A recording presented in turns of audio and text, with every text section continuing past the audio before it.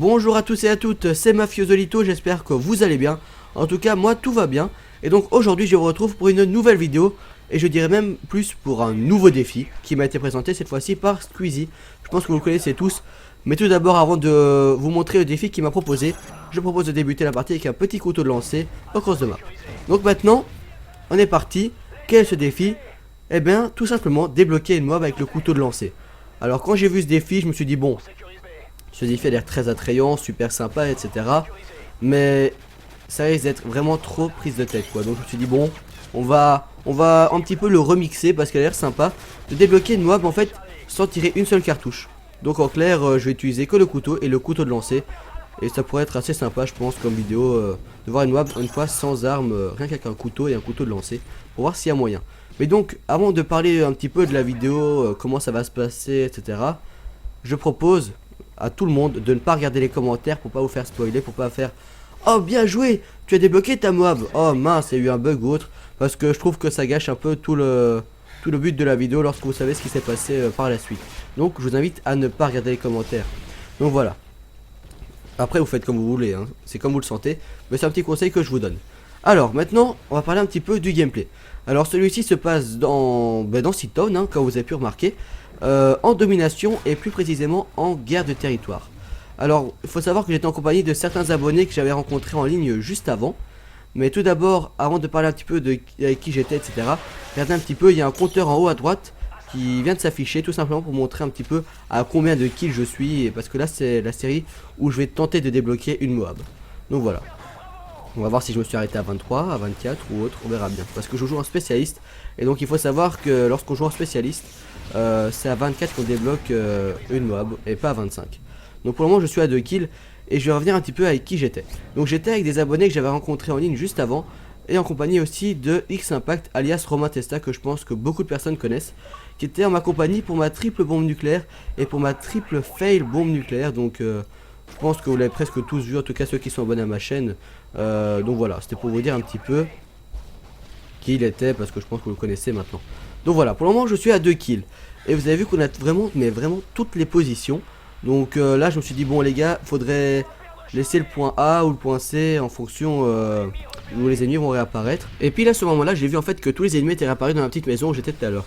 Alors là hop, on fonce dans cette maison, on va poser un petit capteur de mouvement, ou plutôt un radar portatif dans MW3, excusez-moi j'ai encore un peu l'habitude de Black Ops, afin de voir où seront les ennemis approximativement, parce qu'il faut savoir que le radar portatif c'est pas de manière instantanée où on voit les ennemis à chaque fois lorsqu'ils avancent, mais c'est toutes les 2-3 secondes on voit bien qu'il y a un petit cercle qui apparaît au fur et à mesure, donc ça permet quand même de voir approximativement où se trouvent les ennemis.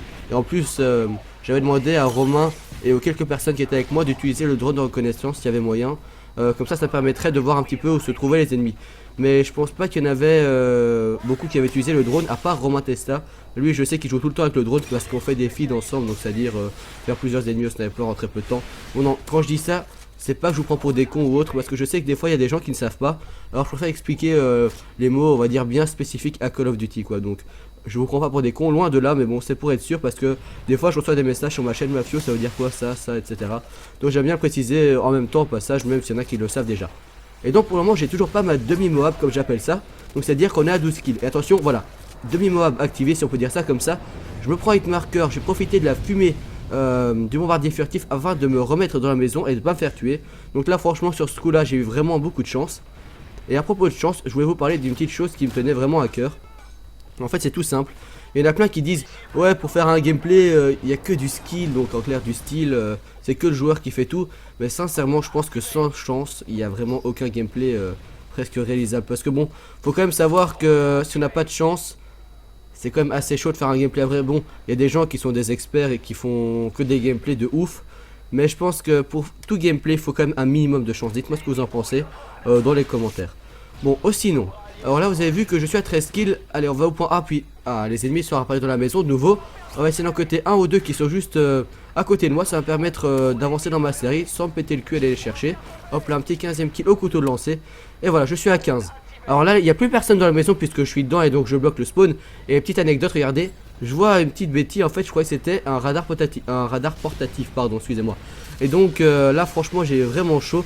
J'ai couru vers là, je me suis dit bon je vais la cutter comme ça c'est bon elle va disparaître. Et quand j'ai vu que c'était une bêtise, franchement j'ai couru, je me suis dit non faut pas que je meure. Je suis quand même pas mal dans ma série là, donc vaut mieux faire attention. Et donc regardez là je vais me servir en fait des couloirs afin de pas me faire tuer. Comme ça il y aura à chaque fois une distance de 2-3 mètres maximum entre l'ennemi et moi. Comme ça je pourrais chaque fois faire un petit sprint et le cutter sans crever. Et là, bon mafio, faut se bouger l'oignon comme je dis souvent. Allez hop, on fonce. Allez 3 kills peut-être. Allez hop, bon il y en a un déjà mort. Un deuxième, merde, on va chercher le troisième, il est où? Ben il n'y en a plus. Comme je dirais souvent, je me suis fait douiller. Donc en clair c'est une petite expression que j'utilise, que j'ai inventée avec un pote. En clair c'est quand je n'ai eu aucun frag là-dedans. Donc en clair je me suis fait voler tous mes frags. Bon bah allez on est reparti dans ma petite maison chérie que je vénère presque. Et on va peut-être enchaîner peut-être encore 2-3 ennemis, pourquoi pas dans celle-ci. Et donc vous avez vu quand même que dès que je vois un ennemi je préfère le prendre, je le prends en charge. Et j'essaie de faire quand même attention à mes arrières parce qu'à chaque fois il y avait des petits drones, mon radar portatif qui m'indiquait où ils étaient, regardez là. Je l'ai anticipé et ça m'a permis de rester en vie. Parce que sinon je pense que je serais monté bêtement et je me serais fait tuer aussi de manière assez bête. Parce que bon, mourir quand on regarde pas derrière soi c'est vraiment une mort assez bête comme je dis souvent. Bon regardez là, je suis à 20 kills, un petit 21ème où j'ai beaucoup de chance parce que le no-scope serait rentré, je serais mort, un 22ème. Voilà bon, on va commencer à se calmer, on va calmer le jeu parce que bon, on a 2 kills mais je ne savais pas combien j'étais, ça il faut le savoir. Donc là je prenais mes précautions, je savais que j'étais dans une longue série. Mais bon, à nos 13 mafio, un 23ème. Alors là franchement c'est vraiment l'instinct. Là je me suis dit bon, on va pas prendre de risque, on va faire l'autruche. Comme bon pour ceux qui ne savent pas, l'autruche elle met la tête dans le stable quand elle a peur. Moi je me suis caché, j'ai attendu que des ennemis viennent vers moi pour que je puisse terminer le dernier. Et là je vois le dernier sur la petite carte qui arrive, je fais allez je vais aller cutter. Ah mince, il y en a un autre. Hop là, on va de l'autre côté, on va essayer de le prendre à revers. Attention, est-ce que je vais l'avoir ou pas? Bug de connexion ou autre. Attention, c'est bientôt. Et là, il descend. Là, on va dire, la course poursuite a commencé, c'est parti. Et il continue à courir, il s'arrête pas, moi non plus d'ailleurs. Un petit couteau fail, non. Et le deuxième cut qui rentre pour débloquer la mob. Donc franchement, j'étais vraiment très content. Parce qu'il faut savoir que ça faisait environ depuis une semaine avec Romain qu'on tentait de débloquer cette mob. Et finalement on a réussi aujourd'hui en compagnie d'abonnés en plus, donc c'était super sympa. Après on a parlé un peu sur Skype et tout, j'ai été la filmer, donc super cool. Une partie assez sympathique avec un petit couteau cross the map en plus au début.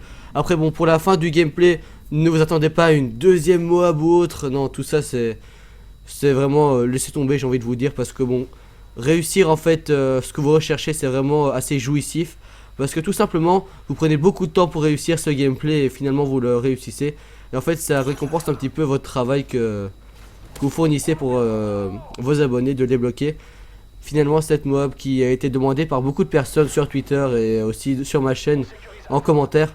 Donc franchement, ça fait très plaisir. Et d'ailleurs, j'espère aussi qu'elle vous aura plu d'autre part. Donc, voilà, après pour la fin du gameplay, ne vous attendez pas à que j'enchaîne encore d'autres kills comme je vous ai dit. On a toutes les positions, la partie va se terminer encore très vite. Et je vais répondre déjà à quelques questions qui n'ont pas encore été posées. Mais comme ça évitera quelques questions dans les commentaires. Pourquoi j'ai pris l'arme qui est le PM9 en arme principale? Donc tout simplement parce que ça me permet de courir plus vite. Pour le même prix j'aurais pu prendre le P90, le MP7, le MP5, le MP45, PP90M1. Donc franchement c'est juste pour courir vite parce que j'ai tenté aussi ce défi avec un bouclier dans le dos mais vous êtes beaucoup trop lent. Et donc si vous voulez tenter ce défi, ce que je vous conseille c'est de ne pas prendre de bouclier pour pas vous ralentir. Je pense que c'est la meilleure chose. Et de pourquoi pas rester dans des bâtiments afin de ne pas avoir une trop grande distance entre vous et votre ennemi. Mais bon le gameplay est déjà terminé, j'espère qu'il vous aura plu. Et on va se quitter sur un petit 40 kills 7 morts. Donc ne regardez pas vraiment le score final parce que même s'il n'est pas super, je pense que c'est plutôt l'intérieur du gameplay qui est plus sympa à regarder. Et je vais vous dire, portez-vous bien et à la prochaine.